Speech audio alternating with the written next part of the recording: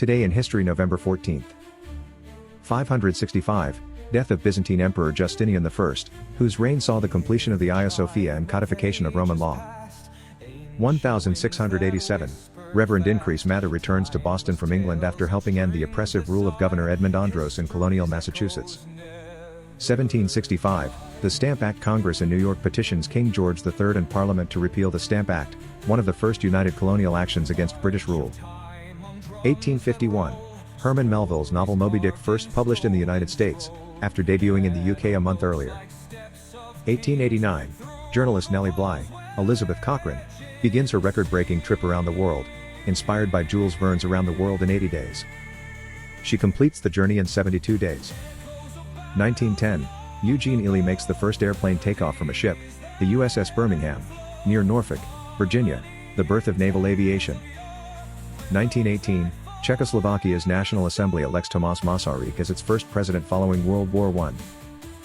1922, the BBC, British Broadcasting Company, begins radio service in the United Kingdom, later evolving into a global broadcasting powerhouse. 1940, Coventry Blitz, Nazi Germany bombs Coventry, England, destroying much of the city and killing over 550 people. 1948, Prince Charles born at Buckingham Palace, the future King Charles III of the United Kingdom. 1965, the Battle of Ya Drong begins, the first major engagement between US and North Vietnamese forces during the Vietnam War, later depicted in We Were Soldiers. 1969, NASA launches Apollo 12, the second manned mission to land on the Moon.